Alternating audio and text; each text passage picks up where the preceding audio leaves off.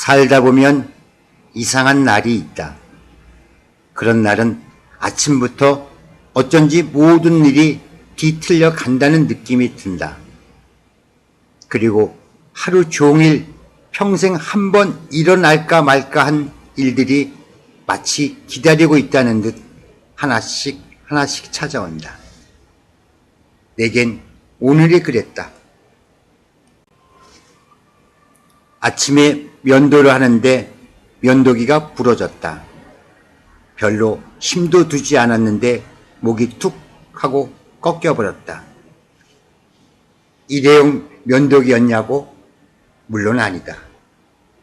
질레트사에서 최근에 내어놓은 값이 거의 6,000원에 육박하는 제품이다. 튼튼하기가 이를 데 없고 누군가 일부러 부러뜨리려고 부러뜨릴 수 없는 것인데 사용한 지 불과 한 달 만에 이렇게 되어버린 것이다.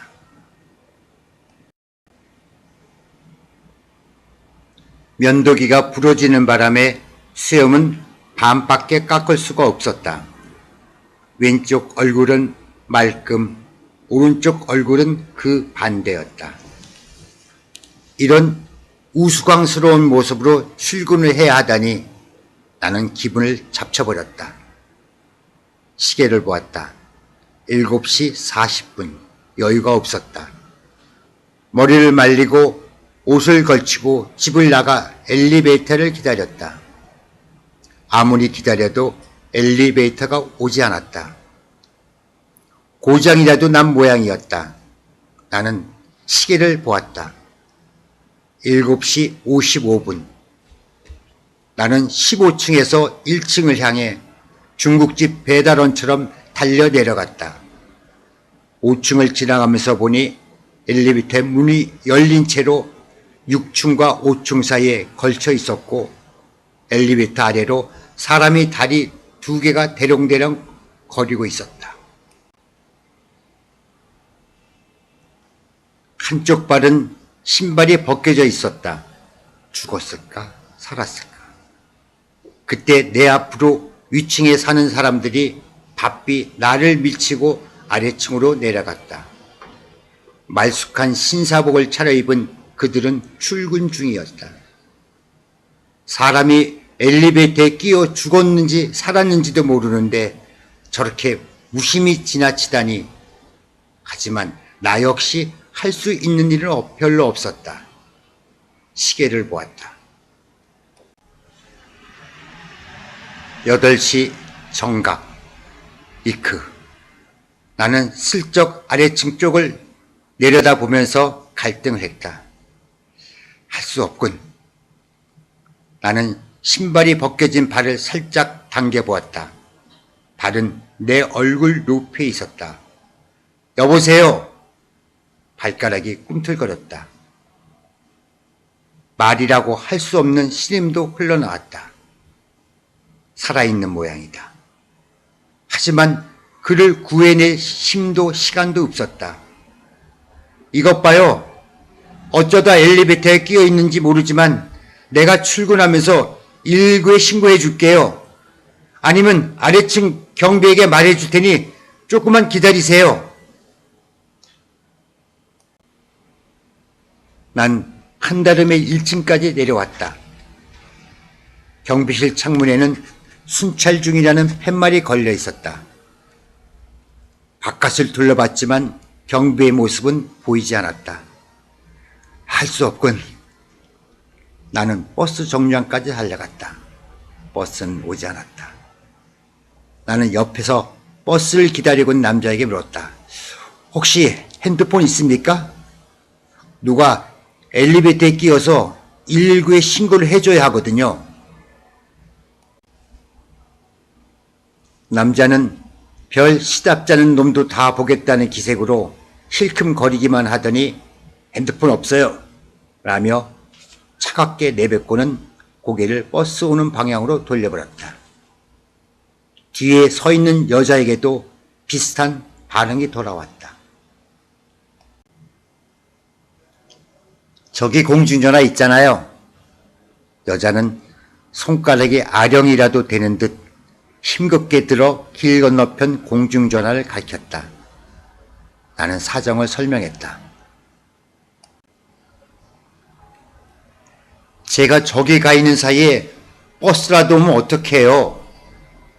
저희 부장님이 아주 승질이 들어와서 지각하면 죽음이거든요. 그리고 엘리베이터에 낀 사람 생각 좀 해주세요. 얼마나 아프겠습니까? 여자는 기가 차다는 듯 입가를 비틀며 웃더니 마침 도착한 버스에 올라타 버렸다. 핸드폰을 사든지 해야지 원. 나는 핸드폰을 사지 않은 것을 처음으로 후회했다. 그때 내가 타야 할 버스가 왔고 나는 사람들 사이에 끼어서 버스 위로 밀려 올라갔다. 버스 카드를 제시하려고 뒷주머니를 만지니 이런 지갑이 없었다.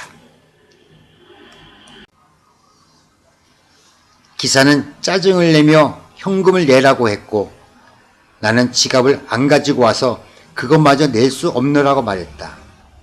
그럼 내리라며 기사는 짜증을 냈다. 내 뒤에 섰던 사람들은 한 번씩 나를 힐끔거리며 내 옆구리 사이로 버스 카드를 판독기에 대고 지나가 버렸다. 나는 기사에게 사정을 했다. 내일 2번 찍을게요. 그럼 되잖아요. 그때 한 대의 덤프트럭이 휘청거리며 중앙선을 넘더니 그대로 내가 타고 있는 버스의 정면으로 돌진해 왔다. 기사는 나에게 짜증을 내고 있느라 마치 그것을 보지 못했고 설령 봤다 하더라도 뭐 별 도리는 없었을 것이다. 그 만원 버스에서 앞을 보고 있는 사람이라면 기사에게 통사정하고 있던 나밖에 없었으니까. 그것만은 오늘 있었던 일 중에서 가장 운수 좋은 일이었다. 나는 하면서 필사적으로 뒤로 몸을 빼며 웅크렸고 트럭의 머리는 그대로 버스의 앞면에 충돌해버렸다. 사람들은 일제히 내 위를 덮었고 비명소리와 신음소리가 뒤섞여 버렸다. 나는 이제 더 이상 버스카드 일로 추궁당하지 않게 된 것이 적이 기뻤다. 한 차례 충격파가 휩쓰고 간 후에 사람들은 여기저기서 몸을 일으키기 시작했다. 버스의 앞쪽은 판독기까지 트럭이 밀고 들어오는 바람에 박살이 났고 운전사의 가슴은 트럭이 백밀러가 누르고 있었다. 다행히 나는 허리가 좀 삐끗한 것만 빼면 별다른 상처는 없는 듯 했다. 충격에서 헤어난 사람들은 너도 나도 핸드폰을 꺼내기 시작했다. 조금 전 나에게 핸드폰이 없노라던 남자도 폴다형의 신제품을 꺼내 전화를 걸기 시작했다. 버스 안은 온통 119와 가족 그리고 회사에 전화하는 소리로 가득 차버렸다. 엄마 나야. 나 버스 탔는데 사고 났어. 난 괜찮아. 근데 버스는 완전히 박살났어. 거기 119죠? 여기 삼동 아파트 앞길인데 89번 버스가 뭐하고 부딪혔나 봐요. 빨리 좀 와주세요. 아, 부장님. 저 이대리인데요. 지금 저희 집 앞에서 타고 가던 버스가 트럭하고 부딪혔습니다. 예. 기사는 죽은 것 같고요. 저요? 저도 지금 사람들한테 깔리는 바람에 허리가 좀, 예. 그 일은 박 대리가 잘 알 겁니다. 나는 전화를 마친 사람에게 핸드폰을 좀 빌려달라고 했다. 하지만 그는 걸 데가 있다면서 빌려주지 않았다. 사람들은 가족, 회사, 친구, 심지어 교통방송에까지 걸었다. 이어 사이렌 소리가 울리면서 소방차가 도착했다. 그들은 비켜주세요 라고 하면서 해머로 버스의 유리창을 부셔버렸다. 사람들은 너도 나도 그 유리창으로 뛰어내렸다. 나도 그들을 따라 유리창으로 탈출했다. 구급대원들은 사람들의 상태를 일일이 체크하고 있었다. 한 대원이 나에게 괜찮냐고 묻기에 나는 엘리베이터 이야기를 해주었다. 제 아파트 엘리베이터에 사람이 끼었습니다. 빨리 가셔야 할 것 같은데요. 아까부터 신고를 하려 했는데 핸드폰이 없어서요. 사람들이 아무도 안 빌려주던데요. 내가 얘기를 끝냈을 때 소방대원은 이미 다른 사람들을 돌보려 떠난 후였다. 혹시 119는 전화로 신고해야만 출동하는 조직인가? 어쩌면 그게 더 신빙성이 있는지 몰라. 교통사고 현장에서 엘리베이터 사고를 신고한다면 누가 믿겠느냐 이거야. 나는 아픈 허리를 짚으며 건너편 공중전화로 걸어갔다. 투명 문을 밀고 들어가 보니 카드 전화기였다. 지갑이 없지 않는가. 나는 다시 공중전화 부스를 나와 사고 구경하는 사람들에게 전화 카드를 빌려달라고 했다. 카드 좀 빌려주세요.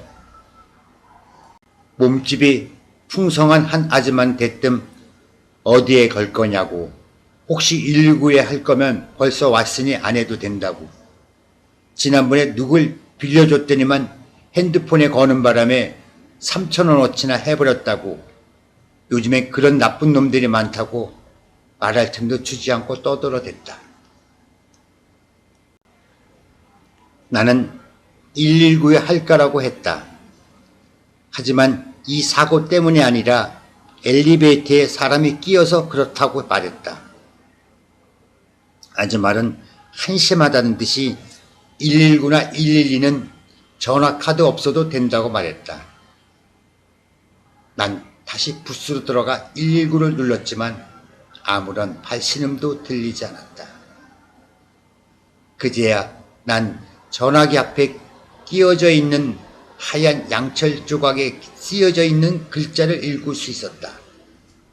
고장 수리 중.